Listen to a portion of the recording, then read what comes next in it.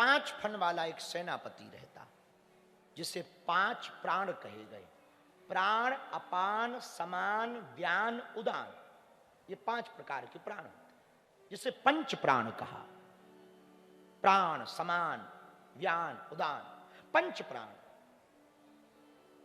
5 fun का एक सेनापति रहता।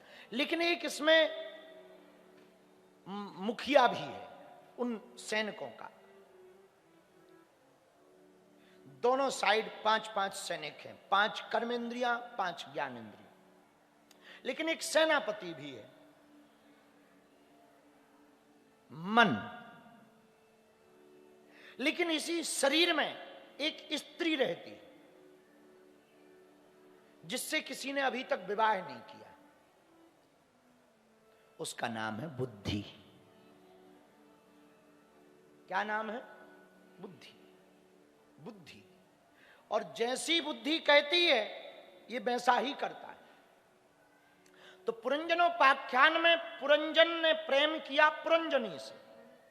पुरंजन घूमने गया, कई शहरों में घूमा, 9 दरवाजे की एक सिटी अच्छी लगी। उस नगरी में प्रवेश किया तो एक स्त्री खड़ी थी, बड़ी सुंदर। पूछा, कौन हो तुम?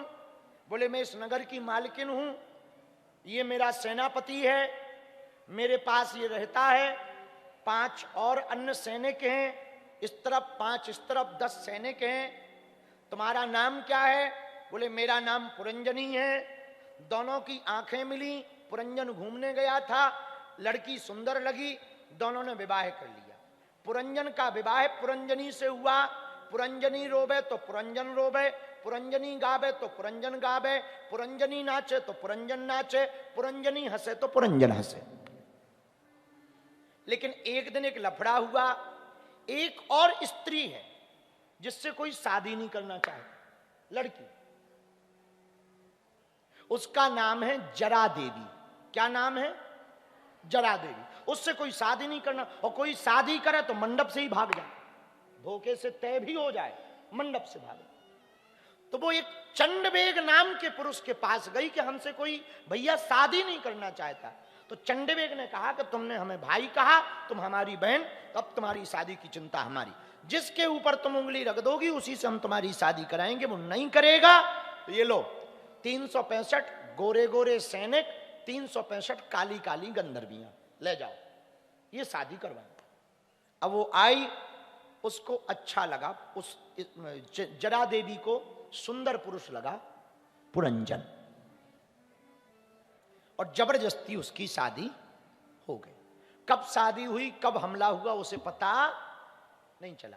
पर जब शादी हो गई तो रोने लगा कि जब पुरंजनी को पता लगेगा तो परेशान हो जाएगी, हमारे बिना रहेगी नहीं। सो वो पुरंजन मर गया। दूसरा जन्म उसका ब्राह्मण के घर में हुआ। लड़की ही, ये अंते यामती सागती। पुरंजनी का चिंतन करते करते मरा, स्त्री का चिंतन करते करते मरा, तो दूसरा जन्म उसका स्त्री का हुआ। शास्त्र कहते हैं जो चिंतन करते करते आप मरोगे, दूसरे जन्म में आप वही बनोगे। कुछ लोग कुत्ते पालते हैं, पर कुत्ता सोचते सोचते यदि मर गए, अगले जन्म में डीओजी बन गए। हाँ, पक्का है।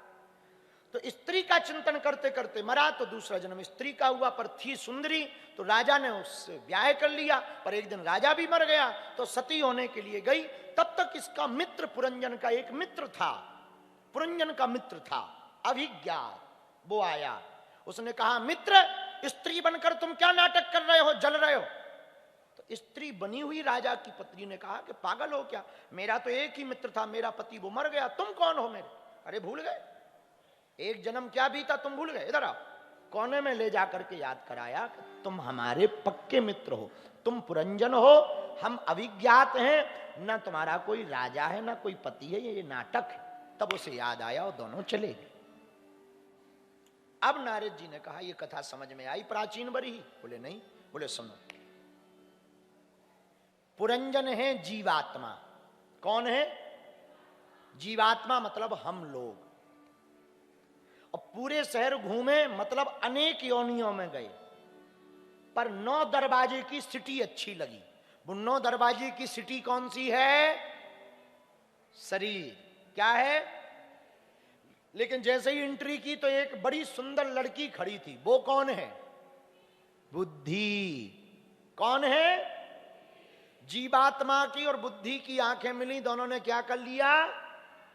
ब्याह। अब जो पुरंजनी करती वही पुरंजन करता। पुरंजनी रोवे तो पुरंजन रोवे, पुरंजनी गावे तो पुरंजन गावे, पुरंजनी हंसवे तो पुरंजन हंसवे।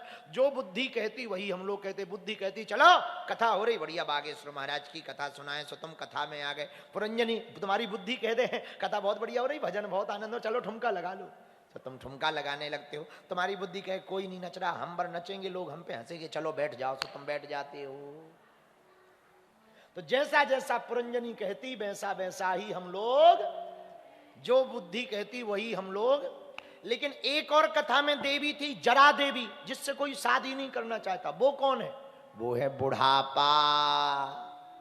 और कोई भी व्यक्ति बुढ़ापा नहीं चाहता। चाहता है क्या? नहीं चाहता। और बुढ़ापा आ जाए तो क्या करता है? भागता है। कहां? सैलून, डाई लगवाता है। हमारे गांव में हमें याद है एक चाचा जी हैं, अभी भी हैं गांव के, तो वो अपने बाल तो डाई करते ही हैं, भौएं भी काली कर ली। तो मूंछ है और भौएं हैं, तो ये भी सफेद हो गई। तो मूंछ काली करी और भौएं, और जिस दिन उन्होंने डाई लगाई उसी दिन हम पहुंच गए घर। हमको दूर से जामवंत जी लगे, जामवंत जी लगे।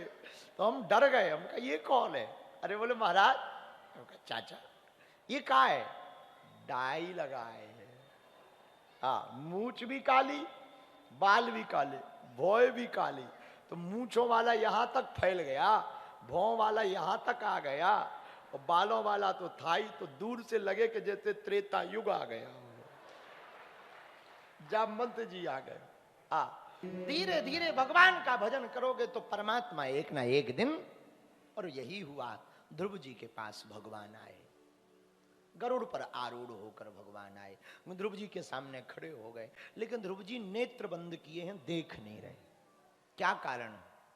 ध्रुव जी देख तो रहे हैं, अंदर में ही देख रहे हैं। अंदर भी तो एक ठाकुर हैं, उनको देख रहे, उस रूप रस सुधा में आनंदित हैं। भगवान ने सोचा कि ये अंदर ही यदि देखता रहेगा तो ये कभी नेत्र नहीं खोलेगा। तो भगवान ने कृपा करके भीतर के स्वरूप को खींच लिया। तो ध्रुव जी बेचैन हो गए, और जैसे ही नेत्र खोले तो जो अंदर थे वही बाहर प्रकट हो गए। जो अंदर थे वही बाहर प्रकट हो। परमात्मा मिलता ही ऐसे है। हम लोगों को लगता है कि भगवान आसमान से उतरेंगे, या धरती फाड़ के आएंगे, या ऐसे पहाड़ उतरते हुए चले आएंगे। ना ना ना, वो अंदर ही है। बस हम लोग भक्ति करते हैं तो अंदर का परमात्मा बाहर प्रकट हो जाता है तो अंदर। हम जिस रूप में भजते हैं वो बाहर वैसा ही प्रकट हो जाता है। इसलिए तो संत कहते हृदय के पट खोल तो ये पिया मिलेंगे। अब ध्रुव जी चक्कर में पड़ गए। चक्कर क्या कि भगवान आ तो गए, माँ ने कहा था भजन करो, गुरु जी ने कहा कि ये वाला करो, पर दोनों ने ये नहीं बताया कि भगवान जब मिले तो करना क्या। ये लफड़ा। अब भगवान ध्रुव जी को देखें और ध्रुव जी भगवान को देखें। अब ध्रुव जी मन ही मन में टेंशन में है कि करें क्या। आ तो गए, तो भगवान समझ गए। अब भगवान आए तो स्तुति करनी चाहिए। हमारे घर में जब गुरु आता है तो हम लोग क्या कहते, अरे बड़ी कृपा हुई, आज तो भाग्य जग गए। आज के दिवस की मैं जाऊं बलिहार, मेरे घर आयो राजा राम जी का प्यारा, मेरे घर आयो राम जी का प्यारा। हमारे घर जब संत आते तो हम कहते आज बड़े भाग्य बड़े भाग्य। अब भगवान आए तो क्या कहें। तो भगवान तो सब जानने वाले हैं। भगवान ने अपना 5 जन्य शंख लिया, ध्रुव जी के कपोलों में लगा दिया, और जहां लगाया तो वेद वेदांग निष्ठ हो गए। भगवान का स्वभाव है। भगवान की कृपा जिस पर हो, मूकम करोति वाचालम पंगुलंघयते गिरिम इति कृपः तमहं वंदे परमानंद माधवम। जिस पर भगवान की कृपा हो जाए गूंगा बोलने लगता है, लंगड़ा चढ़कर के पर्वत पर चला जाता है। भैया जिस पर भगवान की कृपा हो वो क्या नहीं कर सकता है। तो ध्रुव जी स्तुति करने लगे, बहुत सी स्तुति भगवान ने की, भगवान की ध्रुव जी ने। अंत तो गत्वा भगवान ने कहा मांगो। ध्रुव जी बोले कि अब नहीं मांगना, आए तो थे अब क्या पाना। खोजा सारा जहां पता तेरा पाया नहीं, पता जो तेरा पाया तो पता मेरा नहीं। अब क्या पाना, तुझे पा लिया तो अब क्या पाना। परमात्मा को पालने के बाद कहां कुछ पाया जा सकता। ठीक ऐसे समझो, मिठाई खाने के बाद चाय फीकी लगती है। मिठाई खाओ और चाय पियो तो चाय फीकी लगेगी, भले ही भयंकर मीठी हो, पर मीठा खाने के बाद चाय फीकी। सूर्य को देखने के बाद कुछ सेकंड, मिली माइंड सेकंड के लिए संसार दिखाई नहीं देता, वैसे ही परमात्मा को पालने के बाद फिर जगत पाए जैसा नहीं लगता। ना दिल करता ना जी करता, सब फीका लगता। उसको देख लेने के बाद फिर कहां देखने का मन करेगा। अभी हम लोगों को लगता है ये बहुत सुंदर है, ये बहुत अच्छे हैं, ये इनका क्या भगवान की कृपा है, लेकिन जब उसको देख लेंगे तब लगेगा ये लोग क्या है भाई। उसको देखने के बाद सब फीके लगेंगे। तो अब नहीं चाहिए, फिर भी भगवान ने कहा नहीं हम दे रहे हैं। ध्रुव जी को भगवान ने दिया आशीर्वाद, जाओ 36,000 वर्षों तक राजगद्दी पर बैठो, बाद में तुम हमारे यहां आओ और सदा सदा तुम नभ मंडल में चमकते रहोगे। आज भी आकाश मंडल में ध्रुव जी चमक रहे हैं, ध्रुव तारा बन करके, ध्रुव तारा बन के आज भी चल। इस कथा की हमने बहुत विस्तार से इसलिए लिया कि हम आपको दो बातें समझाना चाह रहे हैं। एक, जब आप मांगने कुछ जाओगे तो परमात्मा तो देगा। दूसरी बात, जब आप सिर्फ भगवान को मांगने जाओगे तो भगवान तो मिलेंगे ही, और भगवान के साथ साथ, अच्छा ऐसे समझो, मुख्यमंत्री आता है तो अकेला थोड़ी आता है, लाओ लश्कर लेके आता, सिक्योरिटी। हमें जैसे आज सूचना मिली कि हमारे मध्य प्रदेश के माननीय मुख्यमंत्री जी 13 तारीख को बागेश्वर धाम पर बेटियों के मंडप और हल्दी का नयन करने आ रहे। अब वो अकेले थोड़ी आएंगे, यदि वो आएंगे तो मंत्री भी आएंगे, सिक्योरिटी भी आएगी, उनका पीए भी आएगा, उनका असिस्टेंट भी आएगा, उनकी गाड़ियां भी कई बार आती हैं। जब हमारे यहाँ प्रधानमंत्री जी आए थे पिछले वर्ष कन्या विवाह में, प्रधानमंत्री जी आए थे पिछले वर्ष, तो उनके हेलीकॉप्टर आए, उनकी खुद की गाड़ी आई, उनके खुद की सब व्यवस्था आई। महाराज क्या गजब का प्रोटोकॉल, हम तो पगले आ गए देख के। इतना तक देखा गया कि साहब कितना स्टेप चढ़ेंगे, कितनी दूरी तक पैदल चलेंगे, कितने मीटर पर है, कितना पैदल चलेंगे। हमने कहा गजब है भाई। 12 दिन तो हम ही पक गए, उनकी वो एसपीजी आई पूरी, पक गए हम 12 दिन। एक मिटवाएं, दूसरा करवाएं, ये कर। अरे हमने कहा टेंशन ना लो, वो आ जाएंगे सब। अरे बोले नहीं नहीं गुरुजी वो नियम है। ऊपर से ये भी कह रहे थे कि आपके यहां तो कम नियम फॉलो करने को कहा गया। हम कहा और भी होते हैं। इतना करने के बाद बोले हाँ यहां पर रेलिंग एलिंग सब उखड़वा दी, बांस की बल्ली लगवाई गई, पूरे में बल्ली लगवा दी। लोग रात को लेटे थे तो हमने कहा कि ये लोग देखेंगे प्रधानमंत्री को।